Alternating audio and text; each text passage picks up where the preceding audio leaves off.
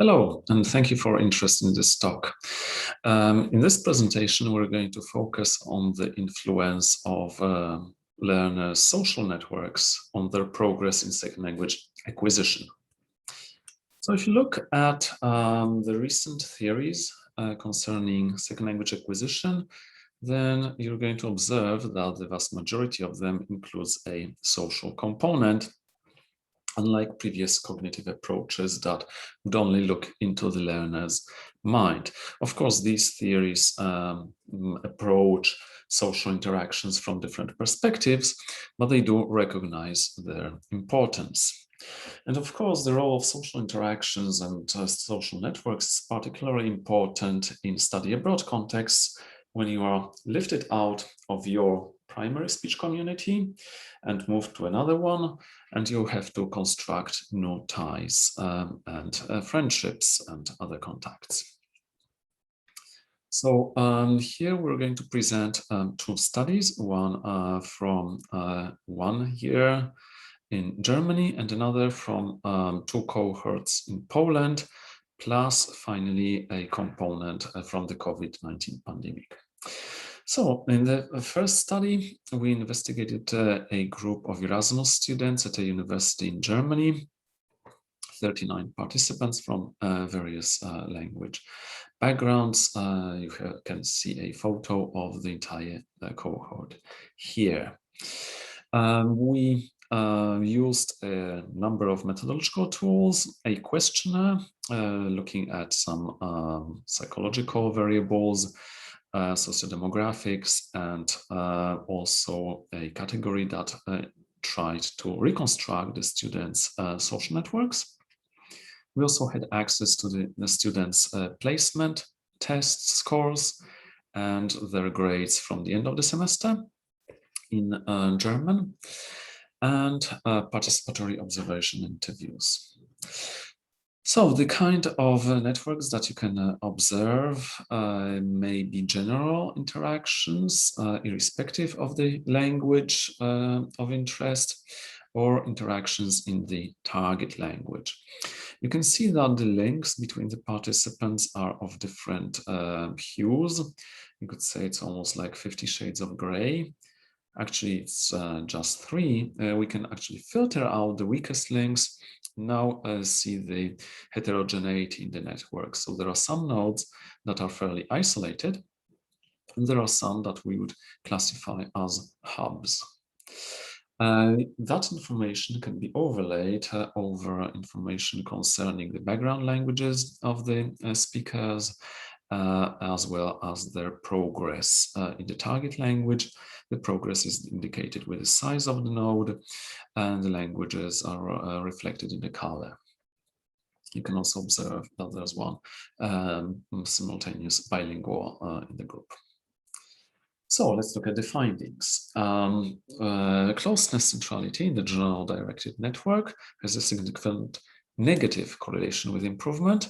That suggests that the individuals who are stars in the network are not necessarily the ones who progress the most. It may also indicate something that we're going to come up to in one of the next slides. We also use cluster detection algorithms. So the output of one such a community detection algorithm is displayed in this hive plot, where you can see 3 branches. The one in the top left shows a branch that's dominated by native English speakers, and it's significantly underperforming.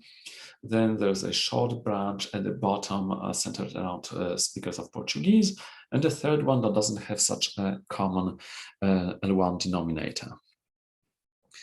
The students were divided into 3 groups after the placement test. So we also investigated whether students in one group were more likely to hang out with participants of the same level or different. And we found the latter to be the case. That is, in all cases, students from one group would be more likely to socialize with their peers from the different groups. In terms of other predictors, outgoing interactions in the target language were positively associated with performance when they were looked at proportionally and not in absolute terms. So the proportion of target language use to total language use was more important than the absolute amount of target language use without a reference point. In terms of popularity and improvement, we see that participants who had more incoming interactions in German actually showed less improvement. This might be initially counterintuitive because this means that persons who receive more input progress less. Why should that be the case? Well, one possible explanation is Merrill-Swain's output hypothesis. So those who are receiving more input are allowing others to practice production, and it's mainly through output that you begin to notice that you need a form reconstruction and you're not there yet, and your interlanguage can restructure. We also looked at the relationship between multilingualism and improvement, and we find a fairly significant correlation there, not in terms of the number of other languages spoken, but cumulative weighted competence in those languages. And lastly, in this group, we also investigated the question of the influence of interactions with persons speaking the same mother tongue. And across dimensions, this was detrimental to progress. Even in cases where respondents would say, yeah, I'm Mexican and I hang out with those Spaniards, but we use German much of the time because there were other people in the group who didn't speak any Spanish. Even in those cases, it's still a negative influence. So here we can see a brief summary of the findings. The color of the font indicates direction of the relationship, and bold font indicates those results that are statistically significant. Let's now move to the second study. So these were two cohorts of participants in an intensive course of the Polish language and culture in Poland. Again, you can see a subgroup of the participants. These come from one of the cohorts, and these are those students who took part in the Polonaise dance that typically ends the semester or the 8 weeks of the intensive course. We use the same kind of tools as before, but additionally, we complemented them with interviews with all the instructors. These were 18, and with volunteer student participants. So the methodology was similar as before. We reconstruct groups in ways that look at interactions in the target language and interactions overall. We calculated the correlations. We also used stochastic block modeling.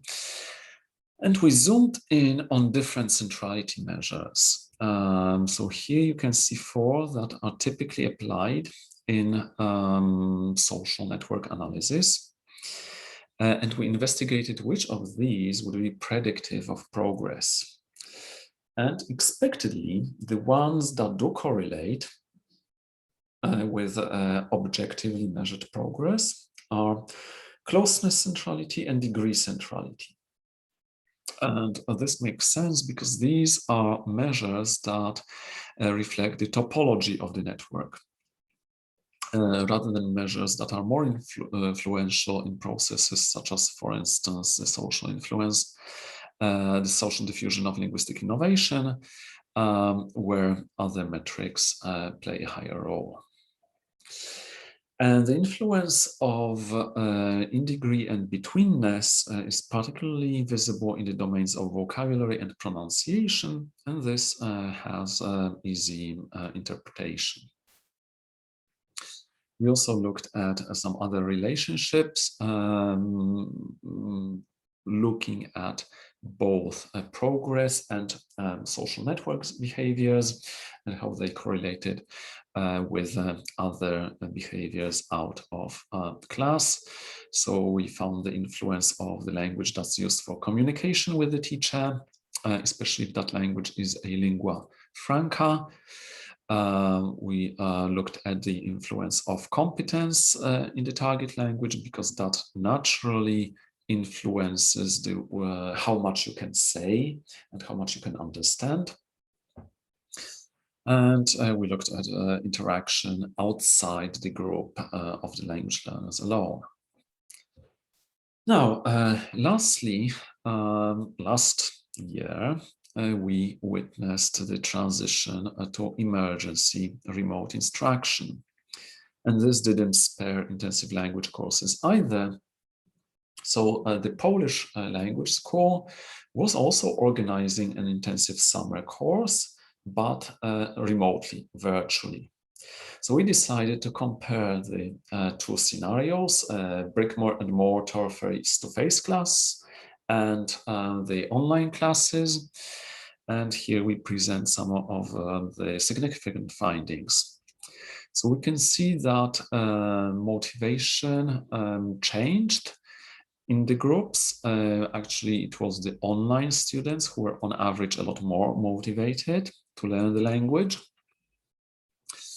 The percentage of interaction with classmates, of course, changed as well, dropping significantly. Often the learning management systems do not allow the same amount of interaction. And then after class, when your peers are not next to you, you may have other things to do, which is totally different when you're immersed in a foreign environment with other classmates.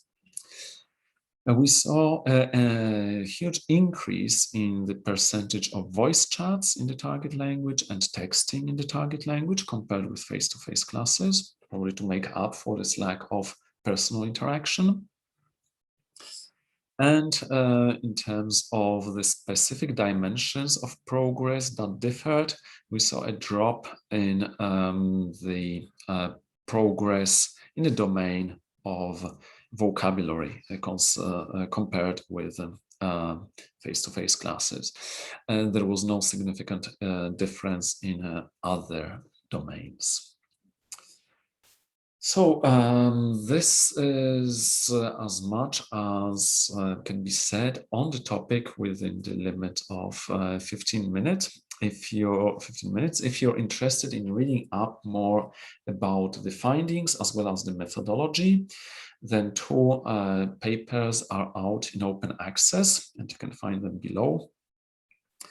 And then another one is currently being written, so you can follow the academia and ResearchGate profiles if you want to get updates on what comes out from the courses. Meanwhile, thank you very much for your attention, and stay safe and healthy. Thank you.